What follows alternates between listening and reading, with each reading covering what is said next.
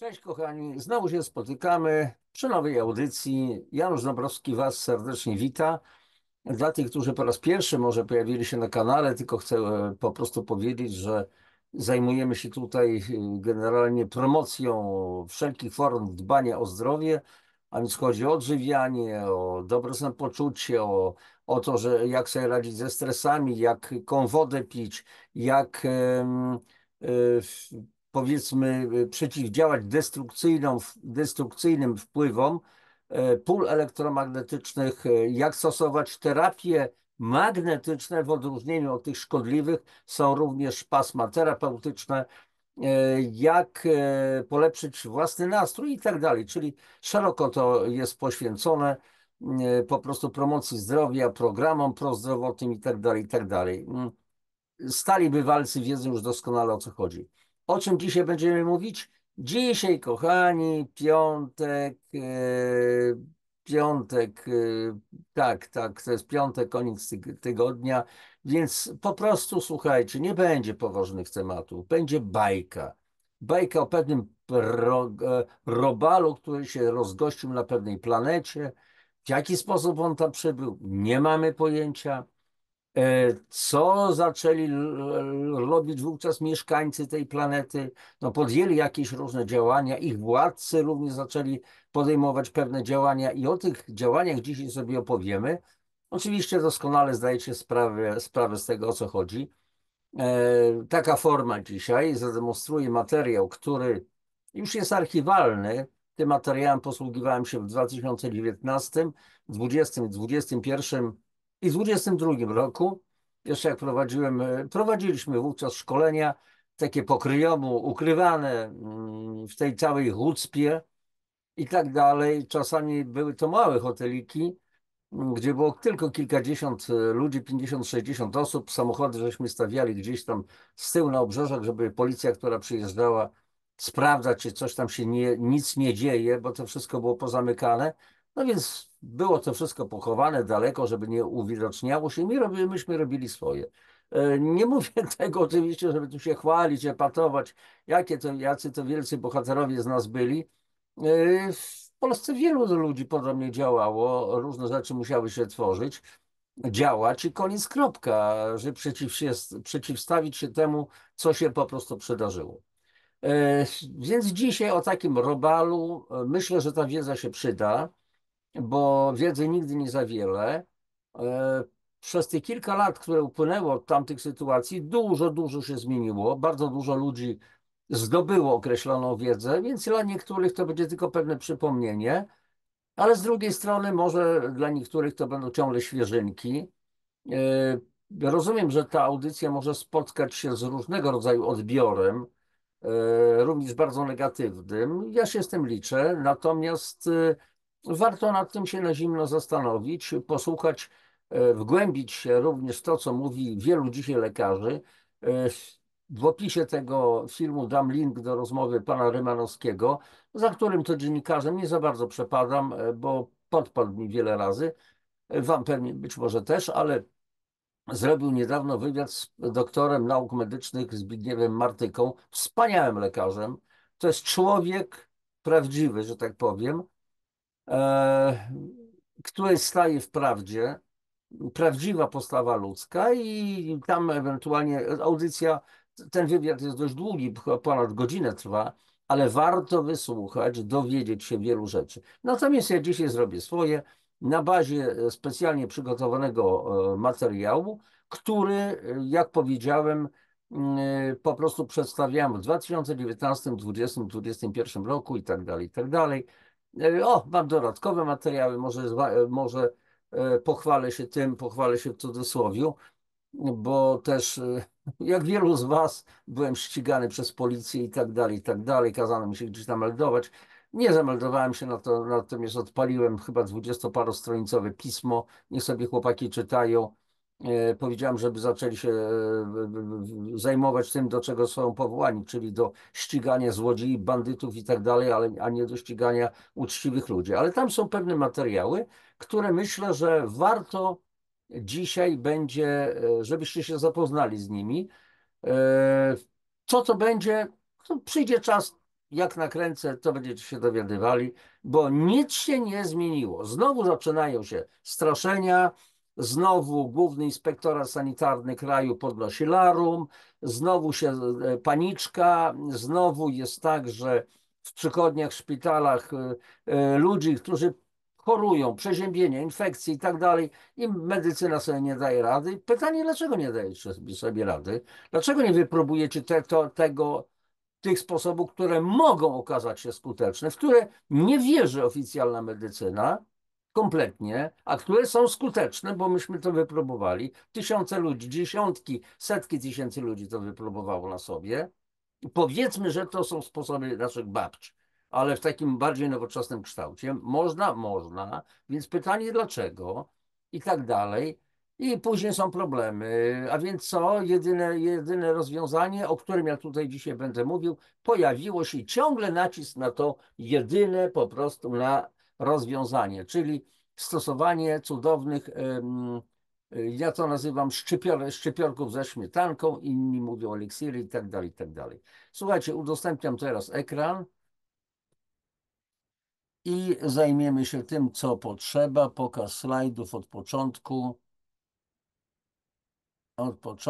dobrze, i tak dalej. A więc już tutaj mamy moje hasło z ludźmi, dla ludzi, poprzez ludzi, a więc będzie bajeczka dzisiaj o robalu, robal 19, o pandemii strachu, jak sobie z tym skutecznie poradzić, bo można sobie poradzić. I jeszcze raz powtarzam, pewne treści mogą być bardzo trudne do przyjęcia, nawet dla Was, ale myślę, że poradzimy sobie wszyscy bez żadnego problemu. Więc posłuchajcie. Przede wszystkim ten robal, to oczywiście wiadomo, co to było.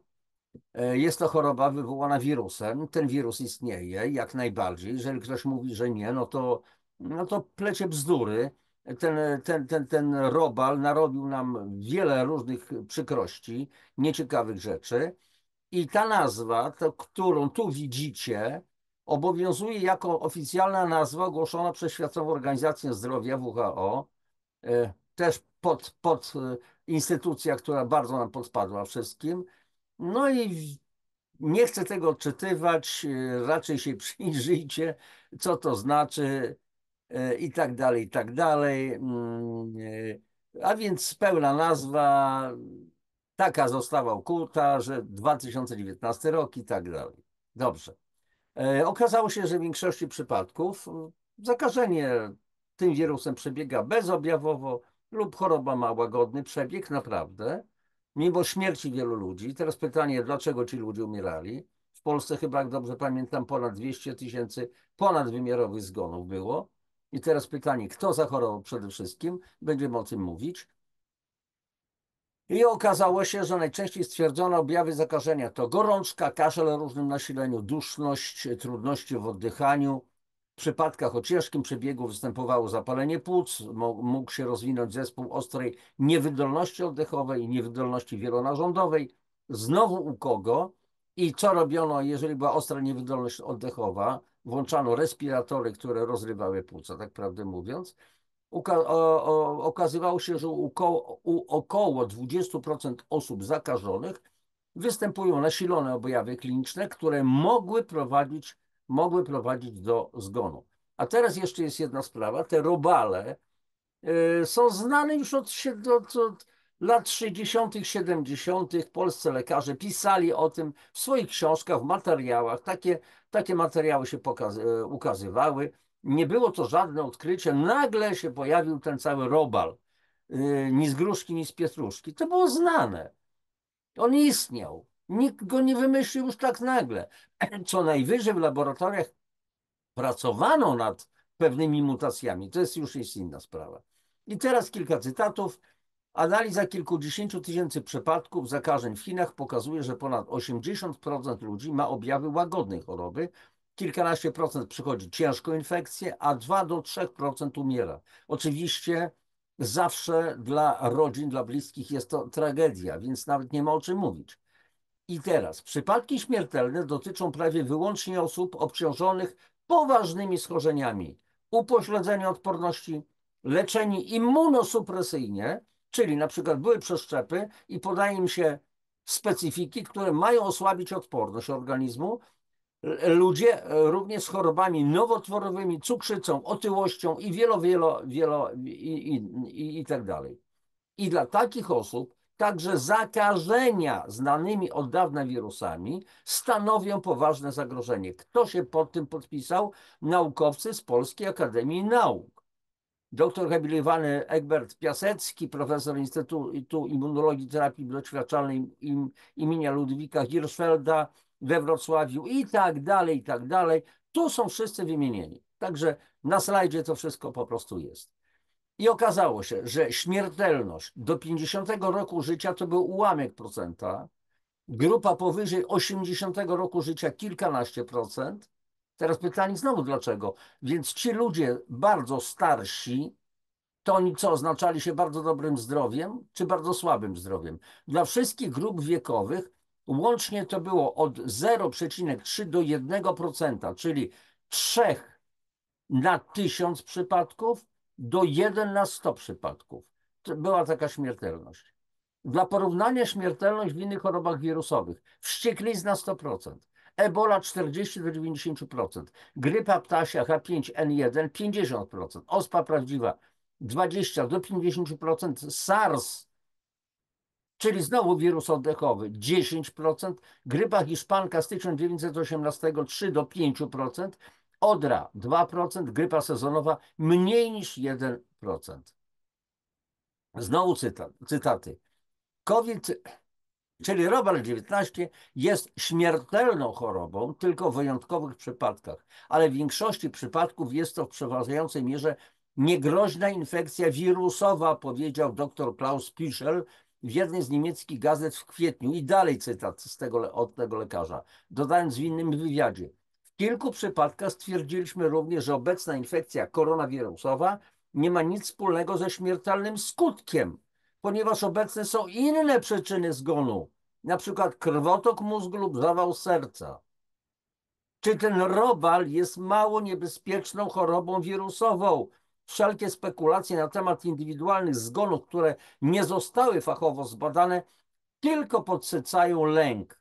A o to chodziło przecież, żeby wpędzić całe potężne społeczeństwa na skraj po prostu lęku pandemicznego, po prostu lęku, strachu. I to było najgorsze.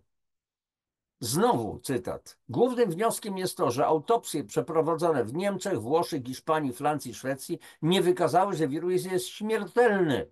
Wszyscy patolodzy powiedzieli, że nie ma nikogo, kto umarł na koronawirusa. Powtórzę, nikt nie umarł na koronawirusa. Dr Stojan Aleksow, prezes Bułgarskiego Stowarzyszenia Patologii. 13 maja 2020 rok. I teraz, co nam pokazywano? Włochy, te trumny, te ciężarówki wiążące trumny i tak dalej, i tak dalej. To były bzdura. Wy wiecie już doskonale, że to były zwłoki, to były trumny z migrantami, którzy się po prostu utopili. Zwłoki później po prostu wyławiano i tak dalej, i tak dalej. Więc to była jedna wielka chucpa, kłamstwa i więcej nic. Doktor Fauci oczywiście słynny i tak dalej, ekspert, inni się wypowiadali. W Polsce to samo. Jednego dnia minister zdrowia mówi, a do czego ta szmatka na twarz, przed czym ona ma chronić, a następnego dnia już tak, absolutnie musimy nakładać i tak dalej, i tak dalej. Kto zadziałał w jaki sposób, że wielu tak zwanych ekspertów z dnia na dzień zmieniało swoje nastawienie do tej całej chucpy. O tym mówi również w wywiadzie z panem Romanowskim, o czym wspominałem, dr Zbigniew Martyka. I teraz popatrzcie, jakie są oficjalne metody ochrony przed zakażeniem tym robalem. Utrzymanie co najmniej metrowej odległości między ludźmi. Noszenie masek i środków ochrony oczu, zarówno w środkach medycznych, jak i poza nimi. I cytuję cytat z Lancet. Mimo to metody te, nawet gdy są właściwie stosowane, nie dają całkowitej ochrony. I w związku z tym, co jeszcze jest takiego, co mamy do dyspozycji? Mamy szczepionki i izolację zainfekowanych bezobjawowo. Całe klasy w szkołach były wyrzucane do domów, bo u kogoś jednego stwierdzono tymi patykami wkładanymi do nosa, Ja wiedziałem jedną rzecz, że gdyby nawet musieliby mnie ludzie chyba związać, nie wiem, sanitariusze jacyś, żeby zmusić do wetknięcia patyka do nosa, bo inaczej znokautowałbym kogoś, nie wytrzymałbym. Naprawdę, kochani, nie pajacuję, tylko wiem, znam doskonale siebie, że o ile jestem bardzo spokojny, potrafię załatwiać sprawy no, pokojowo i tak dalej, to w tym momencie obudził się, by się we mnie po prostu Mr. Hyde i to bardzo mocno. Nie byłoby litości. Nie pozwoliłbym sobie na to, żeby ktoś mi wkładał takiego patola gdzieś tam akurat w okolicy aż mózgu, dosłownie. I teraz znowu cytat. Od 33 do 42% bezobjawowych nosicieli wirusa musiałoby być wykrytych i izolowanych, aby stłumić pandemię, piszą badacze. Czy to jest możliwe, że jestem tylko nosicielem, ale nie zachorowałem? Tak jak jestem brudny, mam na dłoni, na twarzy pył i tak dalej, i tak dalej. Ale nie brudzę innych. Zatem niezbędne jest oprócz testowania i śledzenia kontaktów, także stosowanie zasad dystansu społecznego, noszenie maseczek i unikanie większych skupisk ludzi. Takie kurczę tutaj źródło po prostu podaje. Więc już wiadomo, co mieliśmy robić. I w związku z tym, popatrzcie, zasady utrzymywania dystansu społecznego i odległości 2 metrów, to wymyślono. Zwróćcie uwagę, to się działo. Ja tylko przypominam, bo wielu z nas albo nie widziało takich fotek, albo zapomnieliśmy już o tym. Trzeba to sobie wyraźnie przypomnieć, co było, bo to była tylko próba generalna. Nie wiem, czy oglądaliście otwarcie Olimpiady w Londynie 2012 rok i w Barcelonie, to był chyba 1998 rok. Ja w jednej z audycji zamieściłem bardzo krótkie takie szorciki. Co pokazywano w Londynie?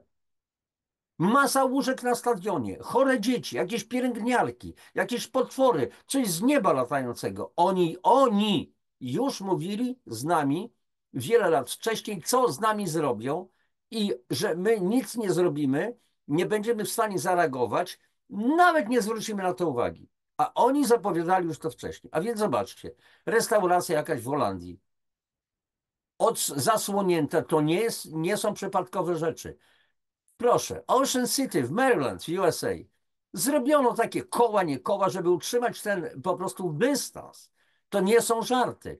Tutaj Twisted Citrus, Ohio, USA. Przezroczyste zasłony prysznicowe między stolikami, bo jakoś to musiało funkcjonować, bo przecież ci przedsiębiorcy, ci właściciele barów, restauracji chcieli funkcjonować, więc stwarzano różne, nie chcę tego określać w różny sposób. Popatrzcie tu, co tu się działo.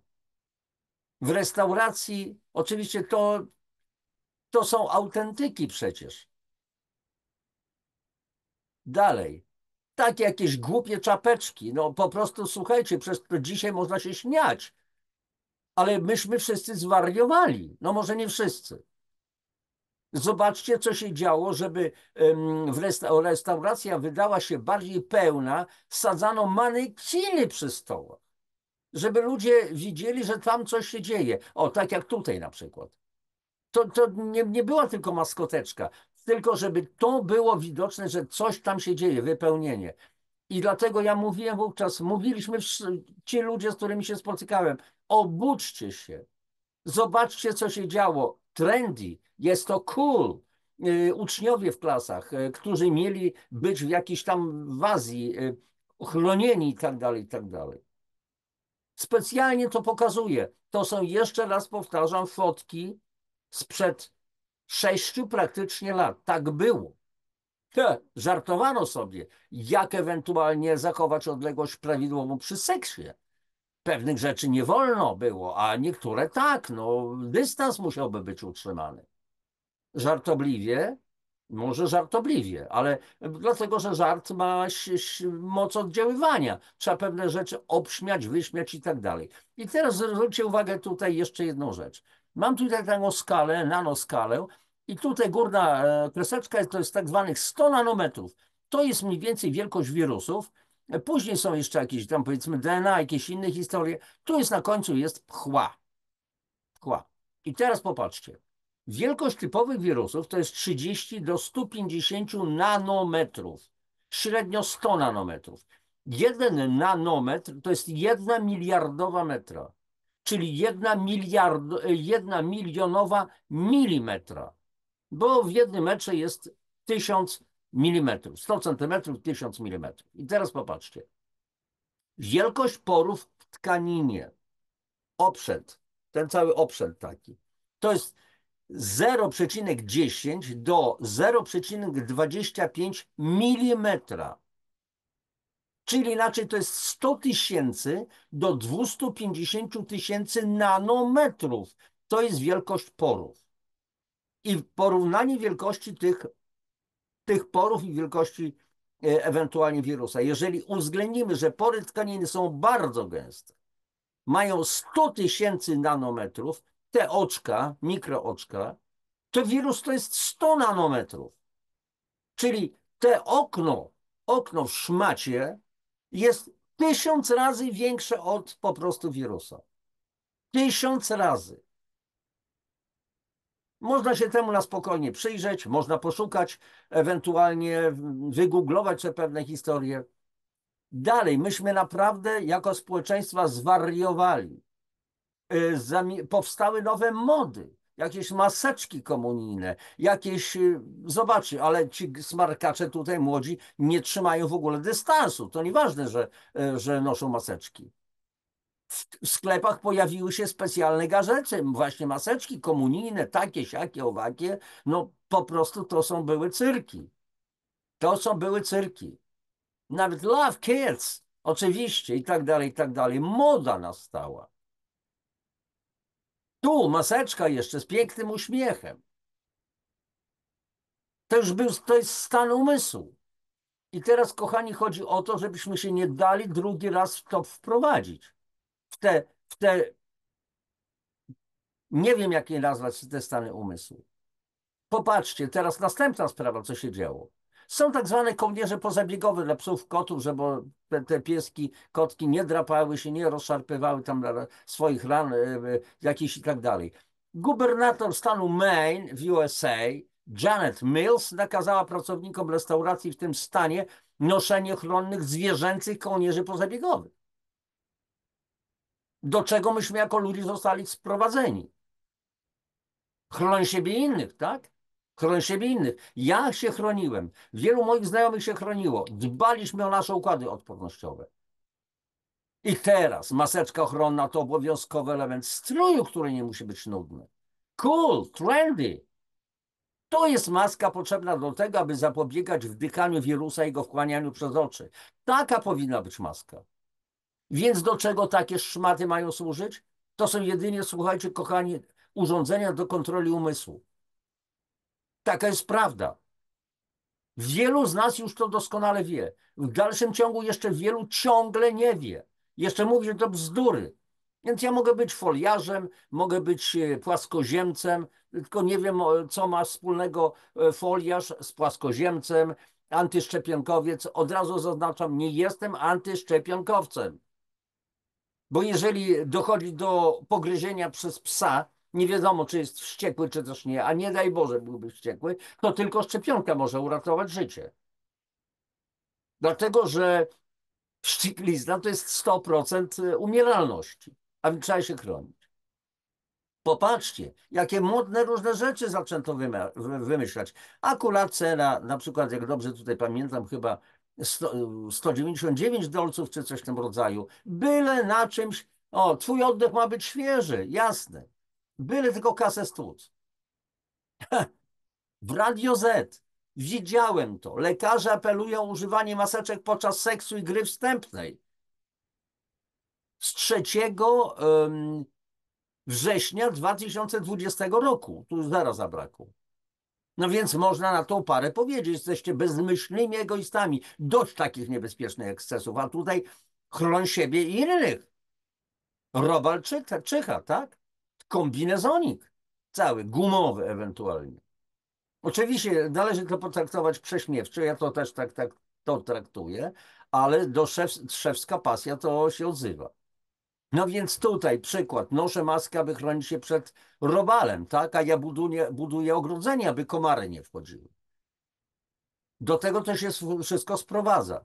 Tu akurat było, słuchajcie, zakazy, nie wolno było wchodzić na cmentarze, do lasów i tak dalej, różne duractwa. Tu akurat znalazłem taki kiedyś właśnie sąd rejonowy w Kościanie, wypowiedziało no się, znaczy wzięto gościa za klapy, za co?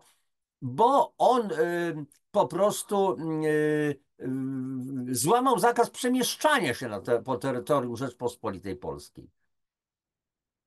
I oczywiście sędzina uniewinniła go i tak dalej. Ja też miałem dwie sprawy, wygrałem dwie sprawy w ogóle w sądzie przeciwko policji i tak dalej. Dobrze, ale teraz co nam w takim razie oferuje się jako zabezpieczenie? Bardzo skuteczne zabezpieczenie. Oczywiście szczepawki, czyli szczepionki. Co to jest szczepionka? To jest preparat pochodzenia biologicznego zawierający tak zwane antygeny, które stymulują układ odpornościowy naszego organizmu w zamyśle do wytworzenia nabytej odporności zwanej uodpornieniem poszczepiennym. I teraz z kolei szczepionki wirusowe, zwróćcie uwagę na to, jak się wytwarza. Wytwarza się z wirusów hodowanych w organizmach zwierząt, embrionach ptaków, to są zarodki kurze, hodowlach komórkowych oraz tkankach lub hodowlach komórkowych poddanych modyfikacji genetycznej. Co zawierają szczepionki? Zawierają antygeny, a więc mikroorganizmy lub patogeny wywołujące chorobę, konserwanty, które służą wydłużeniu terminu ważności szczepionek, zapobiegając namnażaniu się bakterii i grzybów. Tymi konserwantami jest fenol, dwufenoksyetanol, tiomersal pochodny rtęci. Będziemy jeszcze o tym mówić. Są adiuwanty, potęgują reakcję odpornościową natychmiast po wprowadzeniu szczepionki do organizmu. Jest to fosforon, aluminium, wodorotlenek aluminium, hydroksy-fosforano-siarczan glinu, siarczan glinowo-potasowy, aun skwalen. Stabilizatory chronią szczepionki przed zniszczeniem lub utratą skuteczności w pewnych warunkach, jak liofilizacja czy upał, a więc tymi stabilizatorami jest sacharoza, laktoza, aminokwasy w postaci glicyny, glutaminianu, sodu, żelatyna z kości zwierząt, bardzo fajne, surowica bydlęca, albumina surowicy ludzkiej z martwych płodów. Co Kościół na to? Dalej, niektóre toksyczne komponenty używane do produkcji szczepionek. Aceton, adiuwanty olejowe, to są neurotoksyny, formaldehyd, kancerogen, glikol etylowy, tryton, to jest detergent, gliceryna, glutaminian sodu, fenol, silna toksyna, kwas karbolowy, silna toksyna, polisorbet, emulgator, aluminium rtęć. Może się mylę, niech mnie fachowcy poprawią. Wirusolodzy, lekarze, niech powiedzą, że to jest nieprawda i Dąbrowski się myli. Dąbrowski tutaj w ogóle foliarz, antyszczepionkowiec, jaki tam jeszcze mówiłem, płaskoziemiec i tak dalej, nie zna się na rzeczy.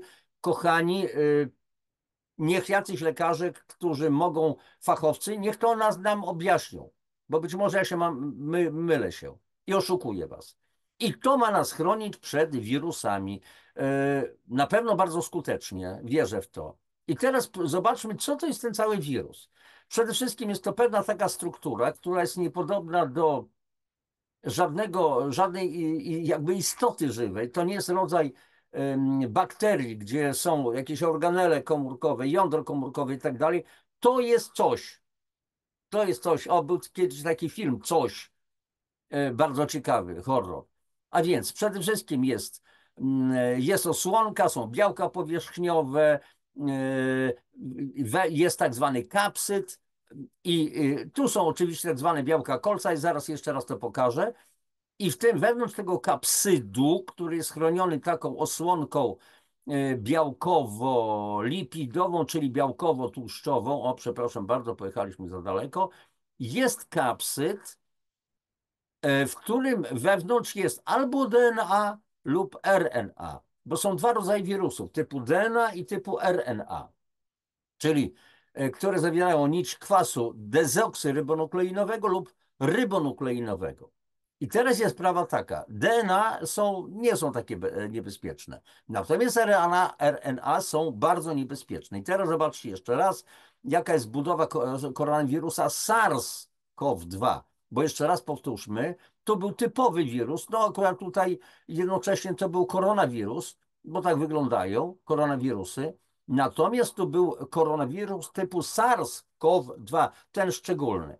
I tutaj mamy białko kolca, które jest odpowiedzialne za interakcję z receptorem na powierzchni komórki, bo tym białkiem kolca ten wirus ma się wczepić do komórki, przykleić się tak jakby i w pewnych warunkach wypróżnić swoją zawartość, tą zawartość, czyli tą pojedynczą nić RNA, czyli materiał genetyczny wirusa, do naszej komórki, do naszych komórek.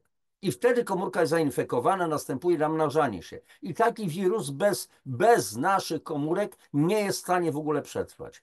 I kiedy dochodzi do, że tak powiem, wylania się wnętrza tego całego wirusa, czyli przekazania materiału genetycznego wirusa do naszych komórek. Zaraz będziemy o tym po prostu mówić. I teraz koronawirusy znaczy koronawirus tego typu jest wirusem RNA, który jest bardzo podatny na mutacje w odróżnieniu od wirusów DNA. Obecnie można wyróżnić, znaczy w tamtym czasie, w 2019 roku, można było wyróżnić już 3 różne odmiany koronawirusów. I gdy koronawirus kopiuje swoje komórki, czyli następuje replikacja, powielanie się, nie ma możliwości sprawdzenia, czy powstała kopia jest identyczna jak oryginał i nie ma nad tym procesem żadnej kontroli. Czyli inaczej w praktyce oznacza to, że koronawirusy mają przez to dużą skłonność do częstych mutacji.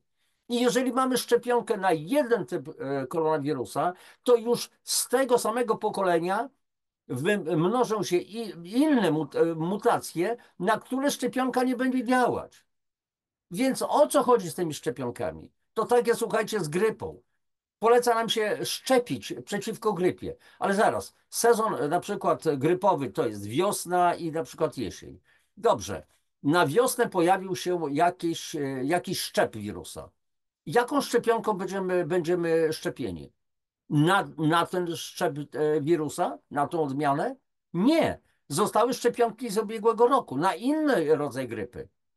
To, to czytałem wypowiedzi lekarzy, jakaś lekarka się kiedyś wypowiadała, no ale pani doktor, ale to jest przecież szczepionka na wirusa z ubiegłego roku. No tak, ale w jakim stopniu jednak organizm będzie próbował zwalczać, uodpornić się i tak dalej, i tak dalej. Dlaczego dzisiaj coraz więcej ludzi, którzy się poszczepili na grypkę, coraz więcej choruje na grypkę? O co tu w tym wszystkim chodzi? Więc pytanie, dla kogo szczepionka jest doskonałym rozwiązaniem? Domyślacie się już dla kogo. I dwa cytaty. Oczywiście, z którymi się nie utożsamiam.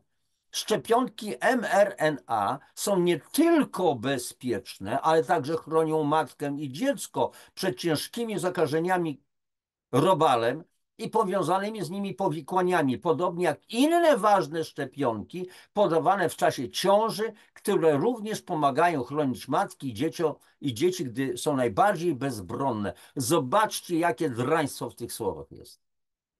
Jak się podświadomie, najbardziej bezbronne chroń siebie i innych. Drugi cytat. Naukowcy zapewniają, że szczepionki mRNA są bezpieczne, także dla osób z zaburzeniami psychicznymi. Kto to ma zaburzenia psychiczne? Wykazano to nie tylko w trakcie badań klinicznych, w końcu podano je już milionom ludzi na całym świecie. Skutki znamy, zdaje się. Kochani, i teraz przechodzimy do rzeczy. Ja wiele razy o tym mówię, a zresztą nie wiem, co się będzie działo z tą audycją, bo może po prostu zostanie usunięta, nie mam pojęcia. Jedynym skutecznym, bezpiecznym rozwiązaniem jest zadbanie o właściwy stan organizmu. Gwarantuje to wysoką moc układu odpornościowego chroniącego nas przed wszelkimi infekcjami. Tak samo jak w stosunkach międzynarodowych. Jeżeli mamy silną armię, silną, to każdy wróg zastanowi się, czy nas będzie warto atakować, bo mogą ponieść, być może będą próbowali wygrać, ale poniosą potężne straty. Więc jeżeli ja jestem mocny, jeżeli ćwiczę coś, nie wiem, sztuki walki, jakieś inne historie i tak dalej, to nawet na ulicy nie jeden obieść zastanowi się, bo będzie czuł we mnie energię, czy mnie zaatakować, czy nie. Czy nie będzie wolał kogoś skulonego, kto idzie na ulicę. A więc nasza własna odporność. I teraz pytanie, co to jest układ odpornościowy? Bo układ szkieletowy wiemy, co to jest, układ mięśniowy wiemy, co to jest, układ oddechowy łatwo skojarzyć, układ krwionośny, 150 000 kilometrów naczyń włosowatych, układ trawienia, daje się to wszystko łatwo zrozumieć. Ale co to jest układ odpornościowy? Kochani, układ odpornościowy to jesteśmy cali my, z naszą skórą zewnętrzną, z naszymi błonami wewnętrznymi, czyli skórą wewnętrzną. To jest grasica, to jest krew, to jest jelito, gdzie kwateruje 80% komórek odpornościowych, czyli jelito nasze prawidłowo funkcjonujące. Chloń to jest 80% mocy naszego układu odpornościowego. To jest śluz w nosie. To jest ślina, która zawiera lizozym, który rozpuszcza ściany bakterii itd., itd. To są rzęski w nosie, w płucach i tak dalej, które zatrzymują, powiedzmy, jakieś różnego rodzaju zanieczyszczenie. To jest cały nasz układ odpornościowy. I o ten układ odpornościowy należy po prostu zadbać. Nie może to być jak te wojsko. Po prostu chłopcy dopiero się zjawili w jednostce. Przecież oni nic nie potrafią. Nic, nawet kałacha nie złożą, ani nie będą potrafili strzelać. To wojsko ma być świetnie wyposażone, przećwiczone, uzbrojone doskonale, po zęby, żeby nikt nas nie ruszył. To ma być nasz układ odpornościowy. Czy ma nas układ odpornościowy chronić? Przed infekcjami, zakażeniami, przed stresem, zanieczyszczonym powietrzem, brudną wodą, przemysłową żywnością, produktami do jedzenia, promieniowaniem kosmicznym, smogiem elektromagnetycznym, lekami, środkami chemii gospodarczej i tym podobnymi destrukcyjnymi wpływami. A z każdym rokiem tego jest coraz więcej. Coraz więcej, bo chorujemy. I siły obronne organizmu zależą nie tylko od biologicznych jego właściwości, lecz mają naturę psychofizyczną. Czyli moc układu odpornościowego zależy w dużym stopniu także od psychiki. Teraz pytanie, czy się boimy, lękamy się, czy też nie? A co z nami robiono? Co usiłowano zrobić? Żebyśmy się wszyscy bali, pozamykali się w naszych tych blokach, klatkach i się trzęśli ze strachu. I wtedy ukułem takie powiedzenie: to strach ma się mnie bać, to strach ma się bać was. Nie przesadzam, tylko do tego trzeba się wznieść ponad ten strach. Zadać sobie pytanie, czego tak się naprawdę boję, że umrę? No kiedyś to nastąpi. Tak jak w czasie wojny. Dobra, jestem otoczony, jak bywały takie przypadki. To granat pod nogi, to jeszcze przynajmniej jeszcze paru ze sobą zabiorę. Przepraszam, to jest straszne, ale takie były przypadki. Trzeba było się przestać bać, bo i tak będę zabity. Stres spowodowany lękami, również tymi stłumionymi, wywołuje napięcie. I rezultatem tego napięcia jest tak zwana somatyzacja stanów emocjonalnych, czyli przeniesienie obciążeń z psychę do ciała, na somę po prostu. I wtedy zaczynają się po prostu problemy. I rezultatem tych przedłużających się napięć psychicznych jest rujnowanie wnętrza organizmu, począwszy od DNA i chromosomów komórki. I tu mamy problemy psychiczne, mamy problemy fizyczne. Wszystko. Zaczniemy się trząść, po prostu jesteśmy rozkojarzeni, bolą nas plecy, głowa boli i tak dalej, i tak dalej. Dochodzi do różnych rzeczy. Długotrwały lub silny stres absolutnie osłabia działanie układu odpornościowego, naraża na infekcje oraz inne choroby wywoływane działaniem czynników zewnętrznych.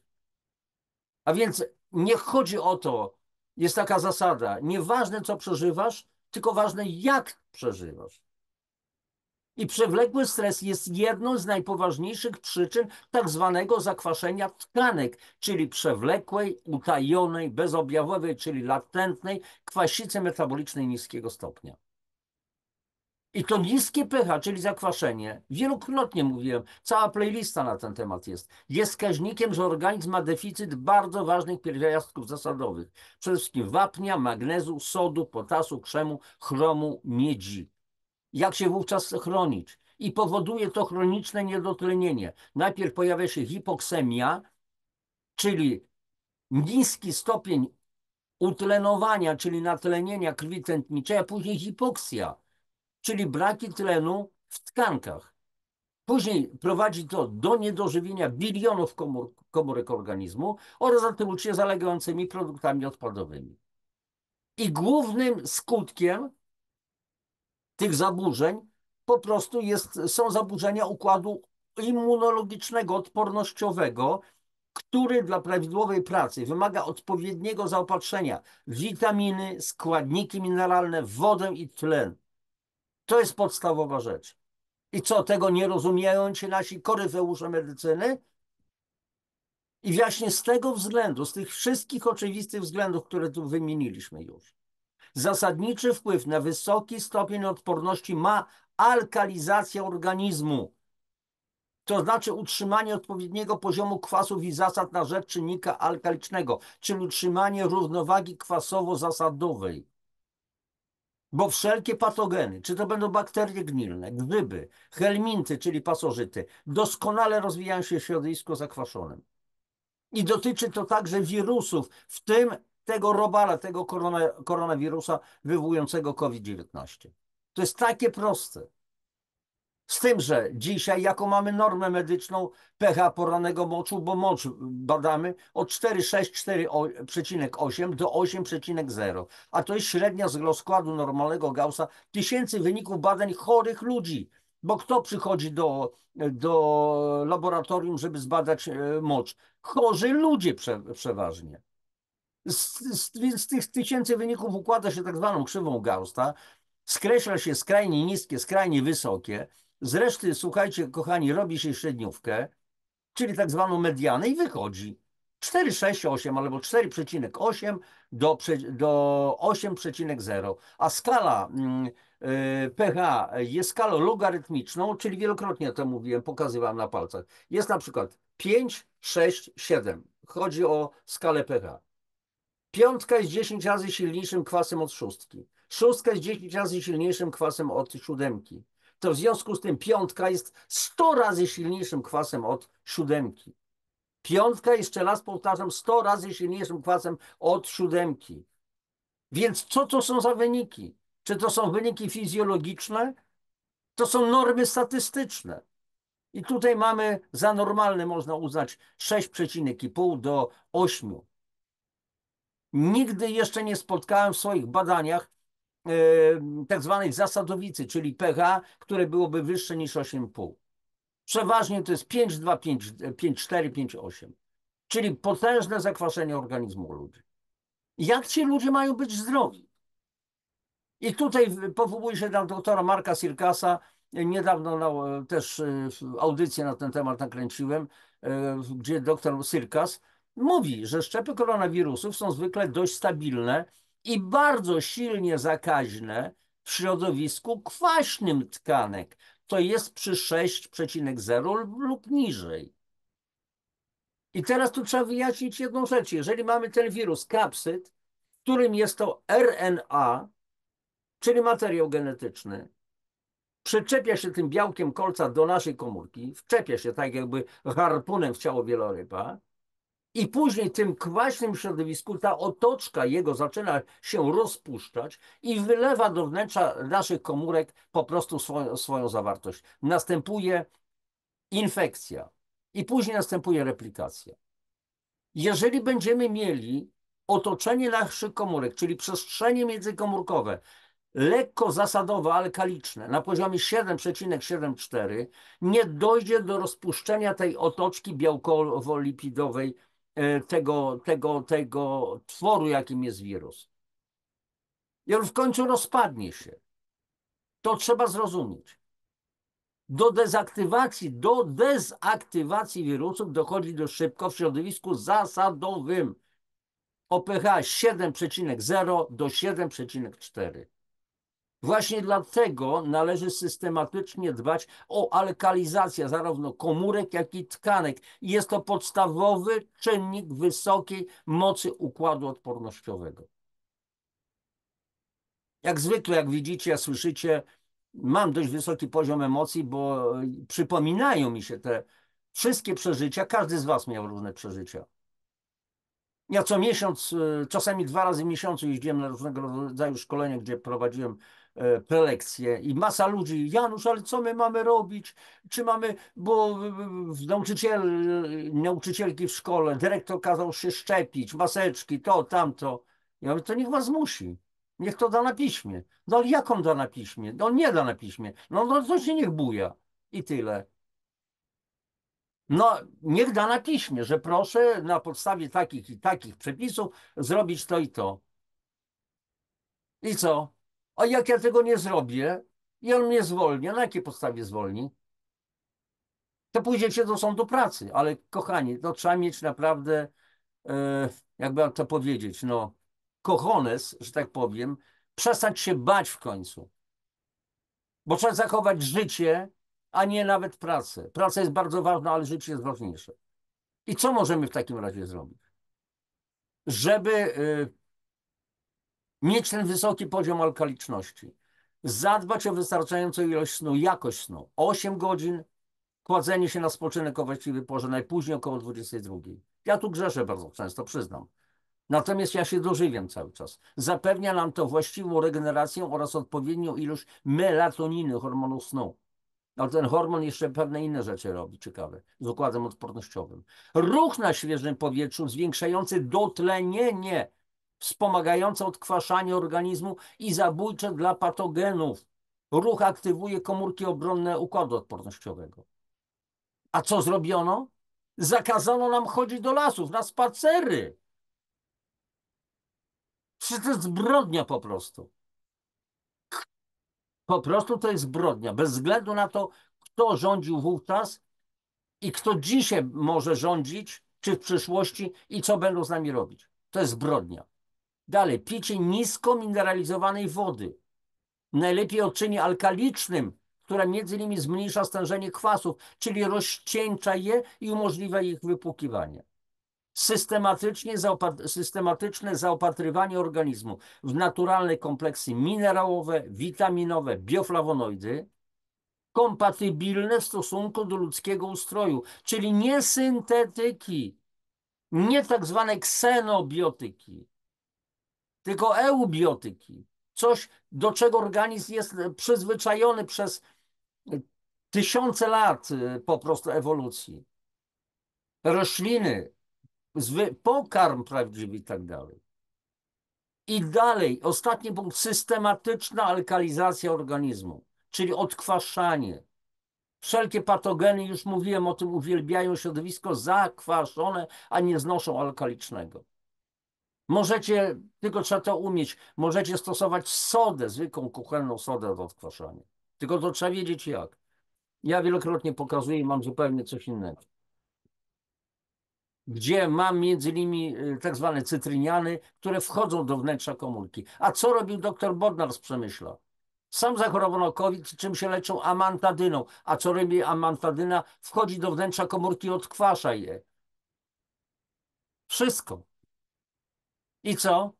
Ktoś go posłuchał, tak prawdę mówiąc, z tej całej Rady Medycznej, z tych wszystkich wodzów, którzy dzisiaj nawet wstydu nie mają, bo w dalszym ciągu, jeżeli chodzi o na przykład o lekarzy, uczciwych lekarzy, to ci wszyscy oskarżyciele, te sądy lekarskie, ta Rada Medyczna i tak dalej, co robią z tymi lekarzami? Odbierają im nadal prawa wykonywania zawodu.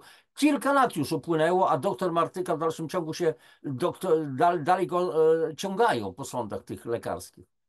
Wysoce zasłużony lekarz. Już na emeryturze powiedział, mam to. On bardzo kulturalny jest. Ja czasami języka nie upilnuję. To jest bardzo kulturalny lekarz. Nie jest w stanie po prostu odpowiedzieć tym pasożytom, którzy siedzą, którzy wykorzystują sytuację, odpowiedzieć tak, jak na to zasługują. Ale my możemy im to powiedzieć. My im możemy powiedzieć. No i to byłoby tyle, kochani. Zatrzymujesz udostępnienie, jak widzicie, jak słyszeliście.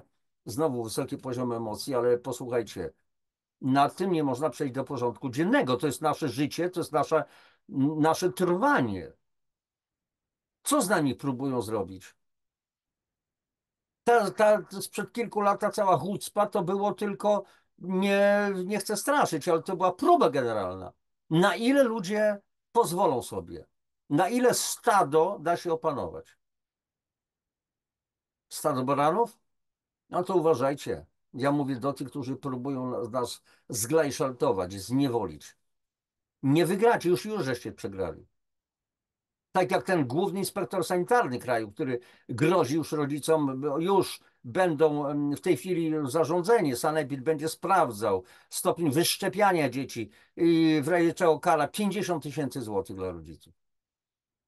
Nie macie innych metod, nie jesteście w stanie w inny sposób przekonać ludzi argumentami logicznymi. Ostatnio dowiedziałem się, dojdę do tej informacji, robiono jakieś sądy, jakieś badania i tak dalej. Okazuje się, że coraz więcej ludzi nie szczepi dzieci, to oczywiste, ale kto to jest w tej grupie? Nie szczepią przede wszystkim ludzie bardzo dobrze wykształceni, a szczepią ludzie bardzo słabo wykształceni, którzy ciemno ufają po prostu tym, którzy narzucają to wszystko. Kochani, jeszcze raz powtarzam, przypomnienie to było, bajka o robalu, to było, oby się nie powtórzyło, ale różne cyrki nas czekają. Tak samo jak z odbieraniem pieniądza papierowego, bo się zamierzają wprowadzić pieniądz elektroniczny, a to jest niewola, tak jak karty, a może chipy.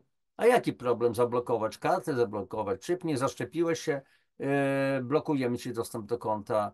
Nie zrobiłeś tego czego, zablokujemy ci. Nie byłeś grzeczny, posłuszny, to ci zablokujemy.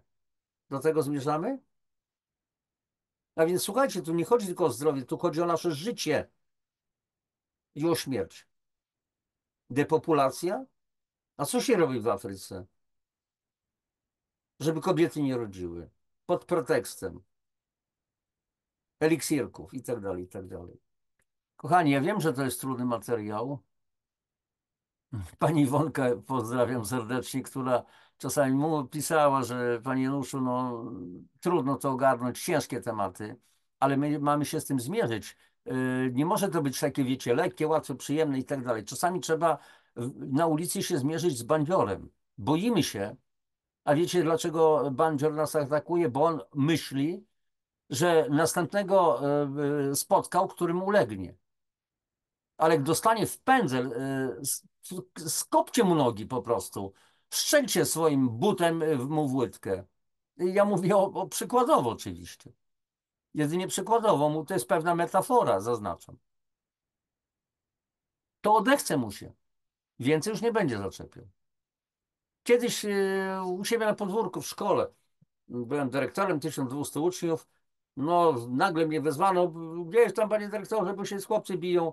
Jakiś, powiedzmy, z 7 klasy, starszy chłopak zaatakował chyba z 5 klasy czy 6.